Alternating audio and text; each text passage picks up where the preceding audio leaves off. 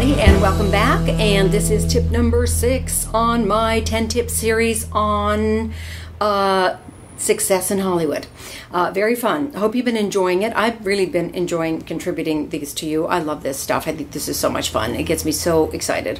And hopefully it's making a difference and impacting your career and moving you forward with velocity, which is what this whole thing is all about as well. And continually wearing that business hat as well as having fun. You know, that is my motto. That is my mantra. I am all about having fun, having fun, having fun. That's the bottom line for the whole thing. Yes, this is wearing the business hat, but I hopefully I'm putting it across and giving you the tips in such a way that you're kind of having some fun with it. And this one today I think is really quite fun because you get to do it with other people. Yay! I love this one. It's called brainstorming. Tip number 6, brainstorming. So what is it that you specifically want? Okay, give me something specific. For example, and I was just looking at my little booklet here. What do you need help with? How can I get an A-list director? How can I double my number of auditions? How can I move from the low-budget indie world to the bigger budget producing world? How can I get my next job as a makeup artist? How can I find 5 showrunners to meet with in the hour-long sci-fi series world? Or even more specific, maybe something terribly specific, like how can I get my script to actor-director Kenneth Branagh? You know, something specific. Here's the good news about whatever it is that you've taken on, whatever that specific thing is you don't have to do it alone. I know a lot of the time we think we do. We kind of move to this industry like a lone ranger. Guess what, guys? There's 7 billion of us on the planet. That's a clue. You don't have to do any of this alone.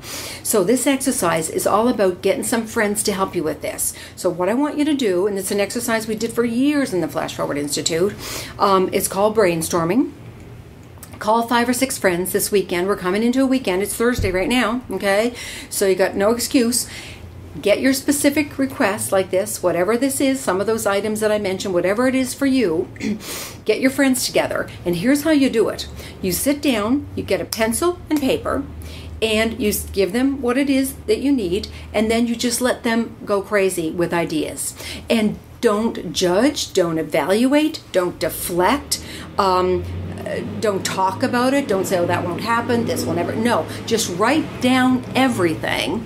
Write down everything. And then let them go wild and crazy. The more wild and crazy they come up, go with ideas, the more ideas they're going to come up with, and the more possibilities they're going to come up with.